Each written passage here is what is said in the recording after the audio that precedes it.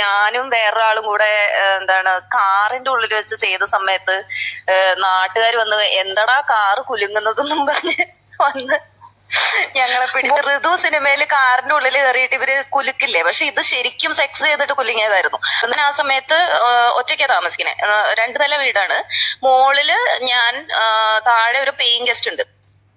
അപ്പം ഈ paying guest മുകളിലേക്ക് വരില്ല എന്നുള്ള വിശ്വാസത്തിൽ ഞാൻ ഭയങ്കര ആർമാദിക്കലായിരുന്നു മുകളിൽ. അപ്പൊ ഇവരാണെങ്കിൽ നേരത്തെ കിടന്നുറങ്ങും. അപ്പൊ രാത്രിയാകുമ്പോൾ ഞാൻ ഇയാളുടെ അടുത്ത് വരാൻ പറയും. വന്നു കഴിഞ്ഞിട്ട് പുറകിലത്തെ അടുക്കള വാതിലിൽ കൂടെ ഇയാള് മുകളിലേക്ക് വരും, അകത്തുള്ള സ്റ്റെയർ കേസിൽ കൂടെ കയറിയിട്ട് ഞങ്ങള് പിന്നെ രാത്രി ഫുൾ സെക്സ്. അത് കഴിഞ്ഞിട്ട് ഇയാള് രാവിലെ ഒരു 3-3:30 മണിയാവുമ്പോ തിരിച്ചു പോകും. അങ്ങനെയാണ്. അപ്പം പക്ഷെ ഒരു പ്രാവശ്യം ആണെങ്കിൽ എനിക്ക് എന്തെങ്കിലും എന്താ പറയാ, പ്രോഹിബിറ്റഡ് ആയിട്ടുള്ള കാര്യം ചെയ്ത് കഴിഞ്ഞിട്ടുണ്ടെങ്കിൽ നമുക്ക് പിന്നെ ഒരു അഹങ്കാരം വരുമല്ലോ, നമുക്ക് ഇനിയും ഇത് തന്നെ ചെയ്യാം, ഇനിയും ഇത് തന്നെ ചെയ്യാം. അപ്പൊ ഞാൻ വിചാരിച്ചു, ഓക്കെ, ഇതിപ്പോ എപ്പോഴും ഒരു രാത്രിയല്ലേ വരുന്നുള്ളൂ, നമുക്ക് കുറച്ച് ആഘോഷമാക്കി ഒരു 1-2 ദിവസം താമസിച്ചിട്ട് പോയാൽ മതി എന്ന് പറഞ്ഞു ഞാൻ ഒരു പ്രാവശ്യം. അപ്പൊ ഞാൻ ഇയാളുടെ അടുത്താണെങ്കിൽ, പക്ഷെ മുകളില് ബാത്റൂം ഇല്ല ആ സമയത്ത്. ബാത്റൂം ഇപ്പൊ വരും. ആ ബാത്റൂം ഇരിക്കുന്ന സ്ഥലത്ത് എന്തോ ചപ്പ് ചവറൊക്കെ വെച്ചിട്ടുള്ള ഒരു റൂമാണ്, സ്റ്റോർ റൂം പോലെ ഉപയോഗിക്കാം. അപ്പം ഈ പേയിങ് ഗസ്റ്റ് ടീച്ചറാണ്. അവര് രാവിലെ പഠിപ്പിക്കാൻ പോയി കഴിഞ്ഞിട്ടുണ്ടെങ്കിൽ പിന്നെ വൈകുന്നേരം വരുള്ളൂ. അപ്പൊ ഇയാൾക്ക് ബാത്റൂമിൽ പോകണമെങ്കിൽ താഴെ ആ സമയത്ത് പോകാം. അങ്ങനെയൊക്കെയാണ് നമ്മുടെ സെറ്റപ്പ്. ഞാൻ കോളേജിൽ പോകട്ടെ, ഞാൻ രാവിലെ എണീറ്റ് കോളേജിൽ പോകും. വൈകുന്നേരം ഞാനൊരു സെക്കൻഡ് ട്യൂഷൻ എടുക്കുന്നുണ്ട്. ഈ സെക്കൻഡ് ട്യൂഷനൊക്കെ എടുത്തു കഴിഞ്ഞ് ഞാനിങ്ങനെ പാട്ടും പാടി ലാലാന്ന് പറഞ്ഞു വരുമ്പോ ഈ പേയിങ് ഗസ്റ്റിന്റെ വിളി എന്റെ ഫോണിലേക്ക്. ആ വിളി കണ്ടപ്പോഴേ എനിക്ക് മനസ്സിലായി എന്തോ പ്രശ്നമുണ്ട്, ഇയാള് മുകളില് ഇരുന്ന് എന്തോ ഒപ്പിച്ചിട്ടുണ്ടെന്ന് മനസ്സിലായി. പിന്നെ ഞാൻ ഈ പെണ്ണിനെ തിരിച്ചു വിളിച്ചപ്പം ഫുൾ എൻഗേജ്ഡ്. അപ്പൊ എനിക്ക് മനസ്സിലായി ഫുൾ മൊത്തം കൊളായി. അപ്പം വീട്ടില്, അതായത് ഞാൻ ട്യൂഷൻ എടുത്തു കഴിഞ്ഞ് ഞാൻ ഓടുകയാണ് വീട്ടിലേക്ക്. അപ്പം വീട്ടിലേക്ക് വന്നപ്പോ ഈ പെണ്ണ് വീട്ടുകാരെയൊക്കെ വിളിച്ച് അറിയിച്ചിട്ടുണ്ട് നമ്മുടെ വീട്ടിൽ കള്ളൻ കയറി. ഞാൻ മുകളിലേക്ക് പോയപ്പോ അവിടെ ഒരു അനക്കം കണ്ടു, അവിടെ ആരോ ഒരാളുണ്ട്, മുണ്ടെടുത്ത ആരോ ആണ് എന്നൊക്കെ ഈ പെണ്ണ് വീട്ടുകാരെ വിളിച്ചു പറഞ്ഞിട്ടുണ്ട്. വീട്ടുകാരാണെങ്കിൽ ആ നെയ്ബേഴ്സിനെ മുഴുവൻ വിളിച്ചു പറഞ്ഞു. ഞാനിത് എന്ത് ചെയ്യും, ഒന്നും ചെയ്യാൻ പറ്റില്ല.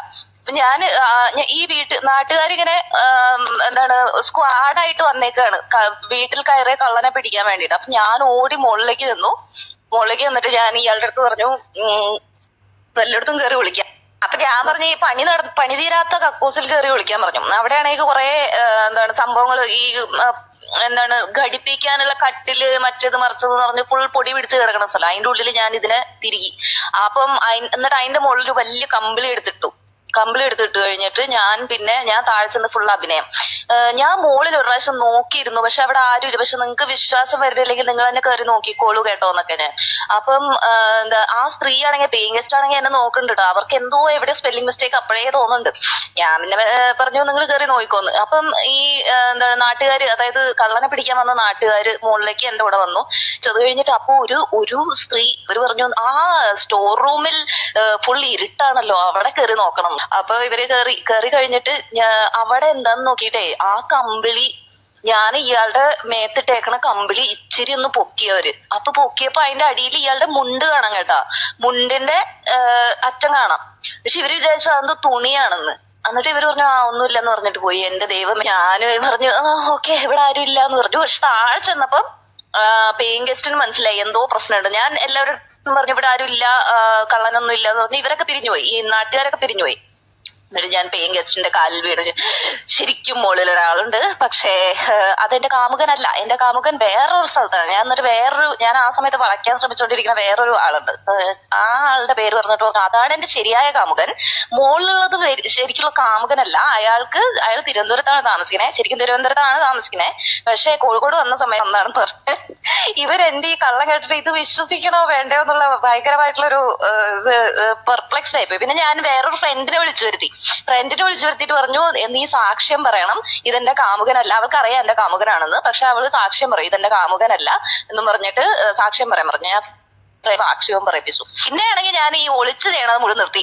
എല്ലാവരും കാണുകയാണ് പിന്നെ ഞാൻ എല്ലാം ചെയ്യല്. ഈ സെക്സ് ആണെങ്കിൽ സെക്സ്, മറ്റേതാണെങ്കിൽ അത് എല്ലാം കണ്ടുകൊണ്ട് ഇപ്പം ഒളിച്ച് വെച്ചിട്ട്